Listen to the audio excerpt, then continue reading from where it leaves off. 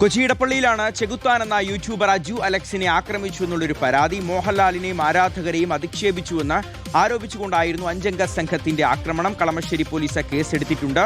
S Sharan ഈ വാർത്തയുടെ വിവരങ്ങൾ നൽകും. ശരണി, ചെകുത്താൻ എന്ന് പറയുന്ന ഈ ഒരു സോഷ്യൽ മീഡിയ അക്കൗണ്ടിലൂടെ വീഡിയോസ് ചെയ്യുന്ന അജു അലക്സ്, ഇയാൾ ആളൊട്ടും ശരിയല്ല, അത് നമ്മൾ പറഞ്ഞു തന്നെ പോകണം. ഇയാൾ സിനിമാ താരങ്ങൾക്കെതിരെയാണെങ്കിലും രാഷ്ട്രീയക്കാർക്കെതിരെയാണെങ്കിലും ഓരോ വ്യക്തികൾക്കെതിരെയാണെങ്കിലും അത്ര വലിയ ചീത്തവിളിയും അധിക്ഷേപവും സ്വന്തം സോഷ്യൽ മീഡിയ അക്കൗണ്ടിലൂടെ പങ്കുവെക്കുന്ന ഒരു വ്യക്തിയാണ്. ഒട്ടും നന്നായി സോഷ്യൽ മീഡിയ കൈകാര്യം ചെയ്യുന്ന ആളെയല്ല ഈ ചെകുത്താൻ. പക്ഷേ ഇയാളെ ആണെങ്കിൽ പോലും ആരെങ്കിലും അതിക്രമം കാട്ടിയിട്ടുണ്ടെങ്കിൽ, തല്ലിയിട്ടുണ്ടെങ്കിൽ അതും അംഗീകരിക്കാൻ കഴിയില്ല. എന്താണ് ഇയാളുടെ പരാതി?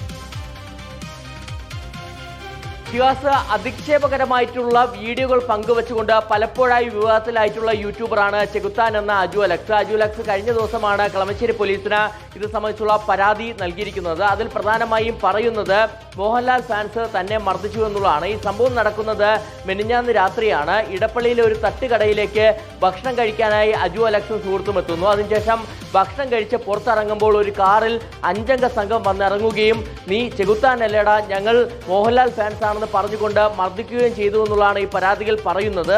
അതായത് തൻ്റെ കഴുത്തിനടക്കം പരിക്കേൽക്കുകയും അങ്ങനെ താൻ കളമശ്ശേരി മെഡിക്കൽ കോളേജ് ആശുപത്രിയിൽ ചികിത്സ നേടുകയും ചെയ്തു. അതിന് പിന്നാലെ പുറത്തിറങ്ങിയപ്പോൾ ഈ സംഘം വീണ്ടും എത്തി ഭീഷണിപ്പെടുത്തിയെന്നുള്ളത് കൂടിയാണ് അജു അലക്സിന്റെ പരാതിയിലുള്ളത്. ഈ പരാതിയിലാണ് ഇപ്പോൾ കളമശ്ശേരി പോലീസ് 5 പേരെ പ്രതിയേർത്ത് കേസ് രജിസ്റ്റർ ചെയ്തിരിക്കുന്നത്. ഈ പ്രതികൾ സഞ്ചരിച്ചിരുന്ന കാറിന്റെ നമ്പർ അടക്കം അജു അലക്സ് പോലീസിന് കൈമാറിയിട്ടുണ്ട്. ഇത് കേന്ദ്രീകരിച്ച് അന്വേഷണം നടത്തിയിട്ടുണ്ടെങ്കിലും പ്രതികളെ ഇതുവരെയും തിരിച്ചറിയാൻ കഴിഞ്ഞിട്ടില്ല. ഒപ്പം തന്നെ ഈ പ്രദേശത്തെ CCTV ദൃശ്യങ്ങളൊക്കെ തന്നെ പോലീസ് പരിശോധിച്ചു വരികയാണ്. ശരി ശരൺ, അപ്പോൾ അന്വേഷണം തുടരട്ടെ. ചെകുത്താൻ പറഞ്ഞ കാര്യങ്ങൾ എന്തെങ്കിലും വസ്തുതയുണ്ടോ, അയാൾ സത്യമാണോ പറഞ്ഞത് എന്നുള്ള കാര്യമൊക്കെ അന്വേഷണത്തിലൂടെ തെളിയട്ടെ.